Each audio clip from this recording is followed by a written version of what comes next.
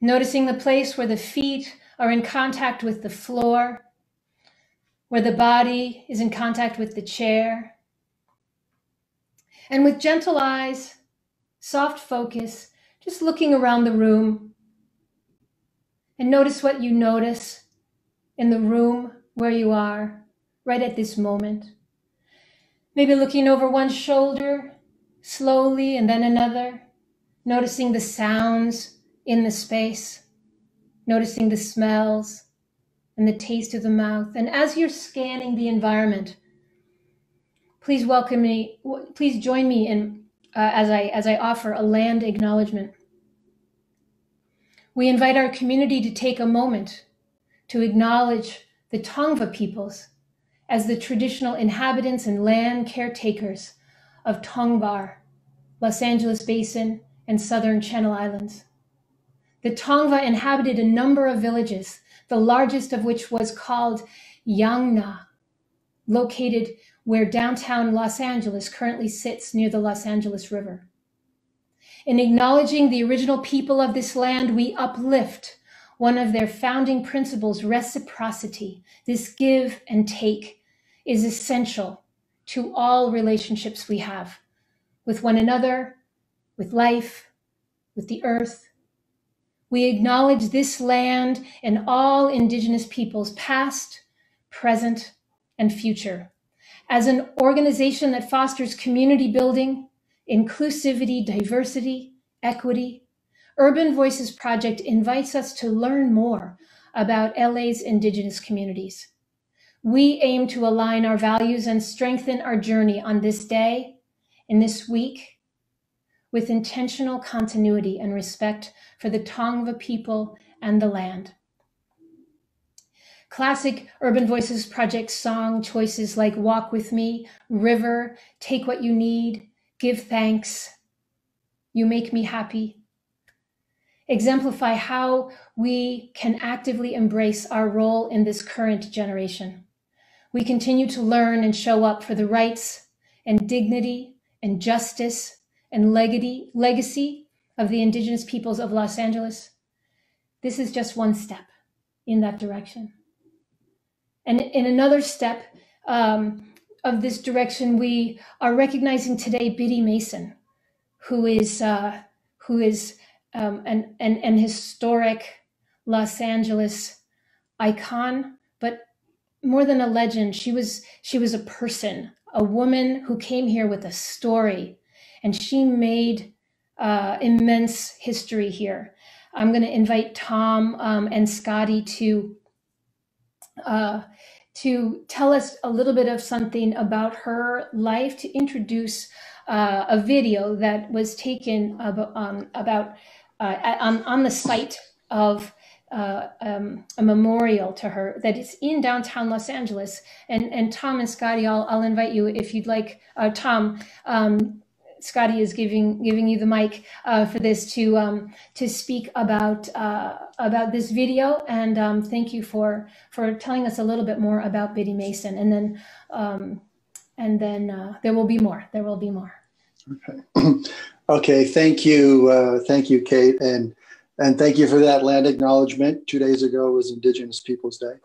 And thank you, Scotty, for passing me the microphone. I'll give a shout out to Scotty. A few months back, he was in Biddy Mason Park, which I'm about to talk about, and then put on Facebook, hey, we need to do a concert here. So that's down the road when we start doing things live, post-COVID or hybrid, whatever the future looks like. But yeah, we definitely need to do something as Urban Voices in Biddy Mason Park. So the video you're going to watch, I took a bunch of photographs a couple of weeks ago, and then a guy named Stephen with First United Methodist Church did a really good job editing them, and then added a background song. So Biddy Mason Park and Wall are at 3rd and Broadway. It's right behind the Bradbury building. There's really poor signage. There's like a couple plaques in different directions, but you can easily miss them. And so if you stumble across it, you'll have no idea what it is. It's not the best designed thing, but once you get into the wall, it's fascinating. So this video will give you a good taste, a good background on who Biddy Mason was as one of the most important, maybe the most important person in the early years of Los Angeles, the mid to late 1800s. So we're going to watch a 4-minute video about Biddy Mason Park and Biddy Mason Wall.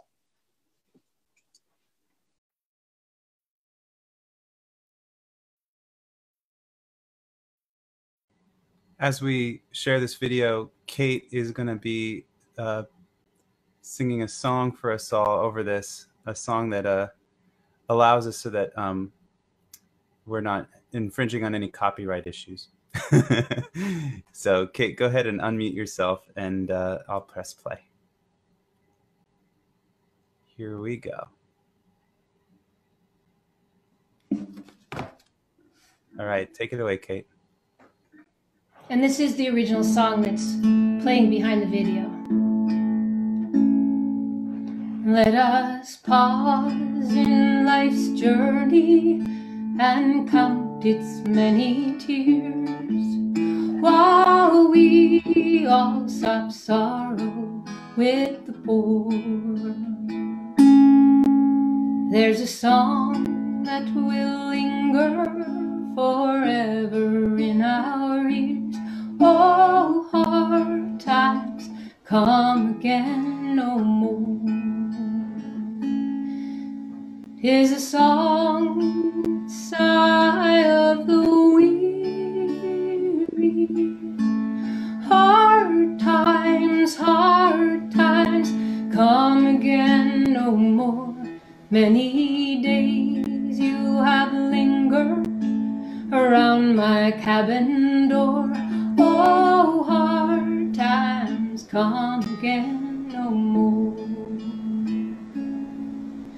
There's a pale, drooping maiden who toils her life away with a warm heart whose better days are old. Though her voice would be merry, 'tis sighing all the day. Oh, hard times come again no more.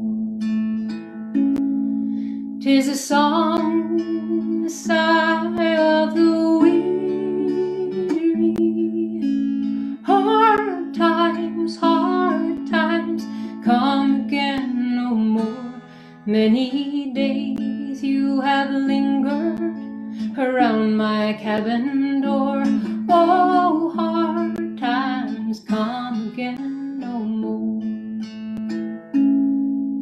'Tis a sigh that is wafted across the troubled wave. 'Tis a wall that is heard above the shore. 'Tis a dirge that is murmured around the holy grave. Oh, hard times come again no more. 'Tis a song, the sigh of the weary. Hard times come again no more. Many days you have lingered around my cabin door. Oh, hard times come again no more. While we seek mirth and beauty and music light and gay, there are frail forms fainting at the door. Though their voices are silent, their pleading looks will say, oh, hard times come again no more. 'Tis a song, the sigh of the weary. Hard times come again no more. Many days you have lingered around my cabin door. Oh, hard times come again no more. Oh, hard times come again no more.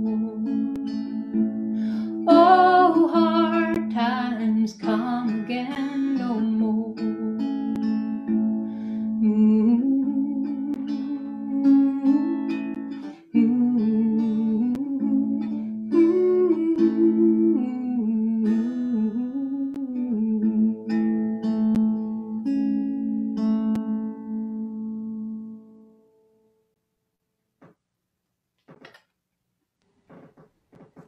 Wow. Can you guys all open your mics and give Kate some snaps right there? Because that was really gorgeous, Kate. That was so beautiful, Kate. Beautiful. Beautiful, beautiful. Thank you. It's a very special song, and I'm grateful for being reminded of it. That is the soundtrack to this video, and I used to sing it long time ago, and I'm grateful to bring it back into the room. Now we have a wonderful opportunity to have a conversation with Linda Lee and Elisa Orduna, who have shared with us a bond around having a shared interest in love of Biddy Mason and her story. And one of the things that I would like to invite is this idea that this is a conversation that needs more time, that needs a whole other event around it. And so I would just welcome that we make plans after this conversation that you have right now to make a plan and a date and a time to have another conversation. And one of the prompts that Elisa was reminding us of earlier today is, what does it mean to be a leader? And so I'll open with that, and I will invite. I would love to ask if everyone else will close their videos, and except for Linda and Elisa and Kate, and then I can change our views here so that all of your privacy is protected, including mine. I'm going to close my video, and now I'm going to set it to gallery. All right, here we go. Gallery view. And then Elisa and Linda, if you could open your microphones. Hi, can you hear? Okay. Yes. Hi, Mother Linda. Hi, how are you? Good, so good to see you. So good to see you. Just the other day, Linda told us about a way that you met each other, and I'd like to invite you to share that story. Okay. Actually, we were on Facebook. We had never met, but we would just Facebook each other. And we were singing at the Biltmore, and Alicia was sitting in the audience, and she had a white head wrap on. And I recognized her from the Facebook because she always had the white head wrap on. And I was singing, and I thought, oh my God, I know that woman. She's my Facebook friend. And I couldn't wait to get off the stage to go over there and say, hi, I know you. You're my Facebook friend. And that's how we formally met. Was right there at the Biltmore at that concert that we were doing for homelessness. Remember? And we met again at the UN event. And we were talking about Biddy Mason, and you had your Biddy Mason book. Remember the biography? Yeah, that's right. Remember? And we laughed about that because we were so much on the same thing. I love you. I love you. And we were talking about Biddy Mason and how we came to be to know Biddy Mason, and the same thing that happened to both of us in getting to know Biddy Mason and who she was. And that was actually, for me, was by walking by the memorial. And I live downtown, and I have walked by it several times. And it was like the time I was walking by with a friend, we were going to dinner. It was like I was called into that space because I stopped and I said to this friend, I said, I have to go in there. And they were like, what do you have to go in there for? And I was like, I don't know, but I have to go in there. It's like I'm being called to go in there.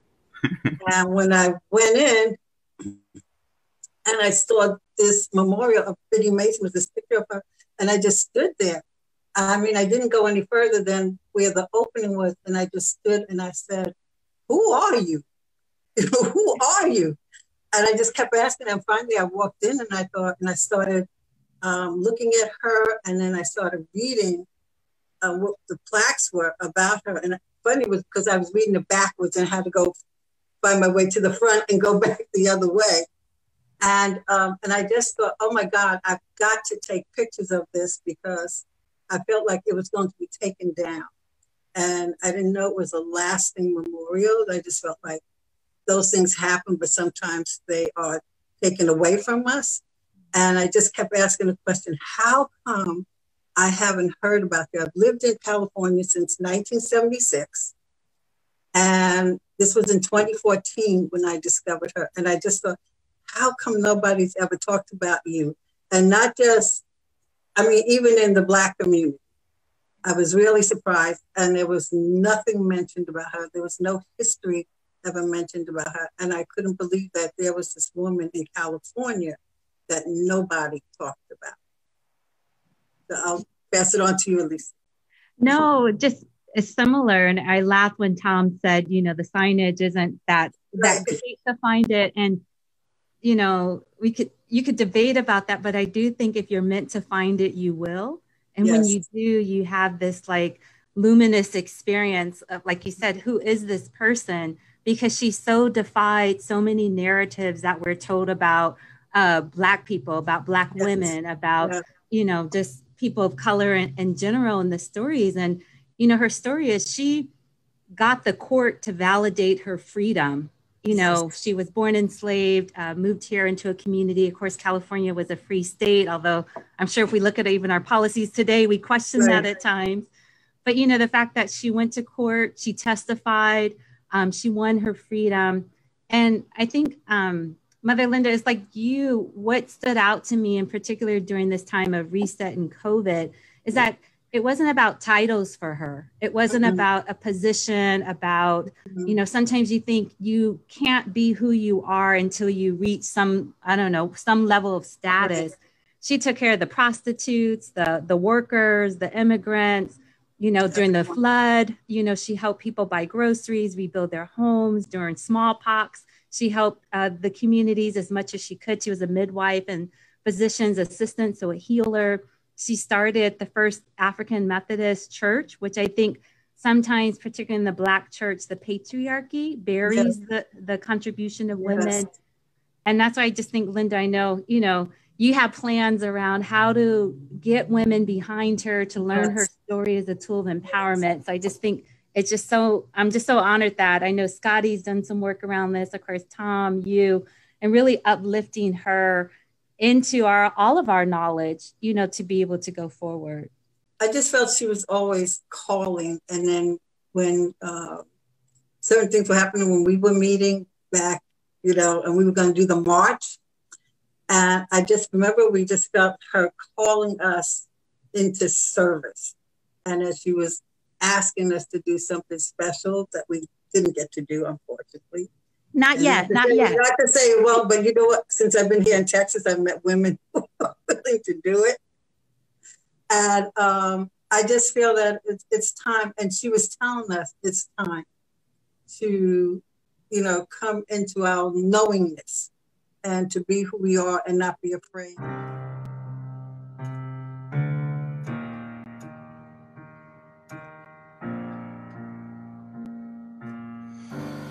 Whew. So if you were on Facebook with us, ladies and gentlemen, we might have had some technical difficulties, but it's okay, because in the meantime, in Zoom, we just went into rehearsal mode and we just prepared a little gift for you all. So now that we got it all worked out, I hope you guys enjoy. This is Stand Up. And by the way, fun fact, it was written with Cynthia with the help of Joshua Campbell, who also done another song that we do, the Sing Out March On song.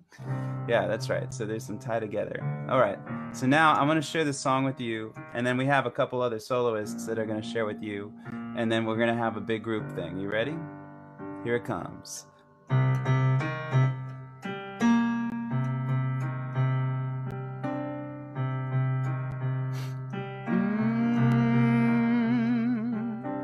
I've been walking with my face turned to the sun.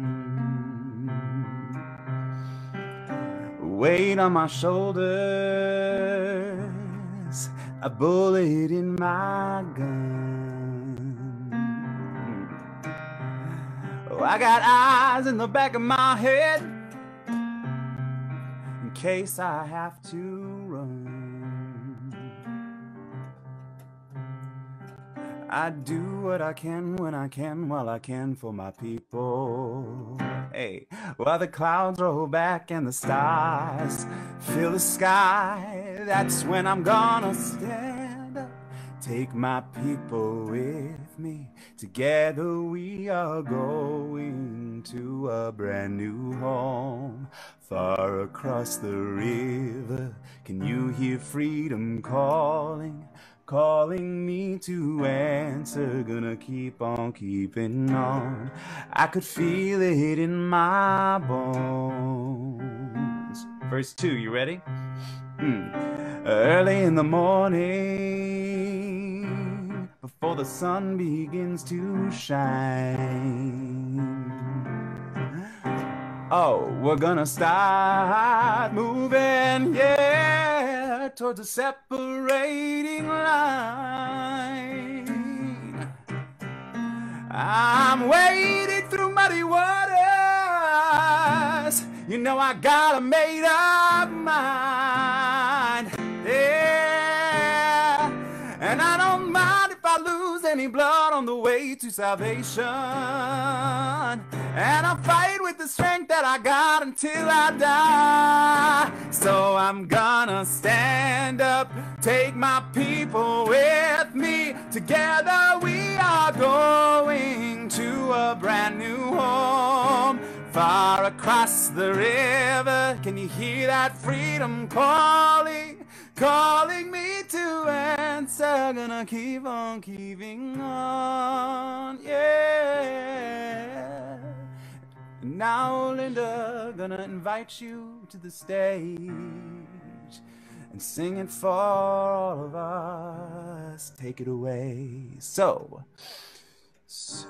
now I'm gonna stand up, take my people with me. Together we are going to a brand new home, far across the river. Can you hear freedom calling, calling me to answer? Gonna keep on keeping on. I can feel it in my bones. give it up for Linda, yes. Whoa, Stephanie, welcome to the stage. I'm gonna stand up, take my people with me. Together we'll be going to a brand new home. I'm gonna cross the river. I know I'll hear them calling to move on. Give it up for Stephanie. Yeah. Dallas, welcome to the stage. Take it away.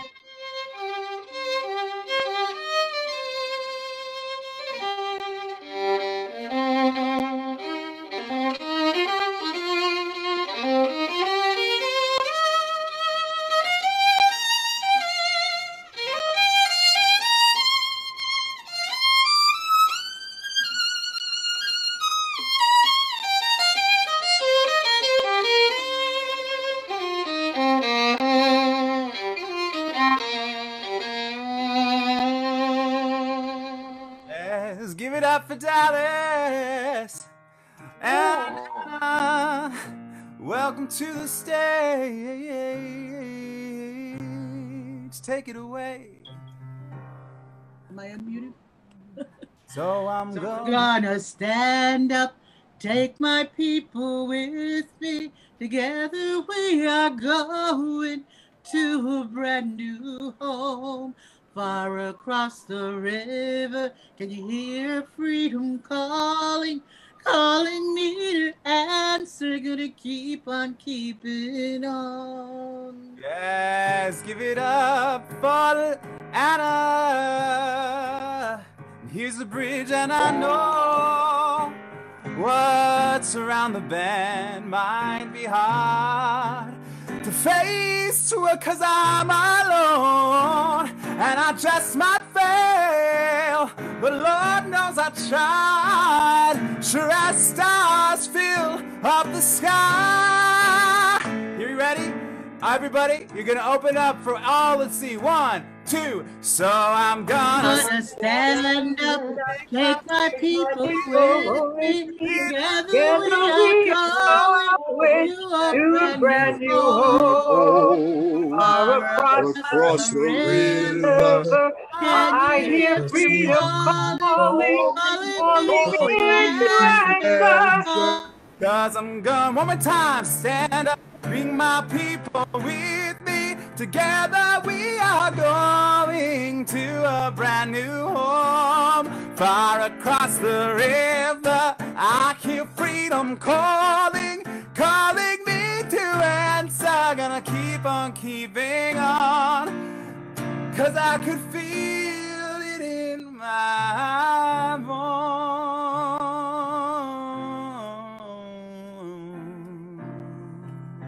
Yeah. Thank you, everybody. That was Urban Voices Project's version of Stand Up. And that's what we do here in Neighborhood Sing. We have a good time. So I'm going to pass it back to Kate to bring us home and finish this up here, okay? So one more little bit of applause for everybody that chose to participate in that group piece, including Dallas and Anna and Linda and Steph. Beautiful job. Beautiful, beautiful, beautiful work.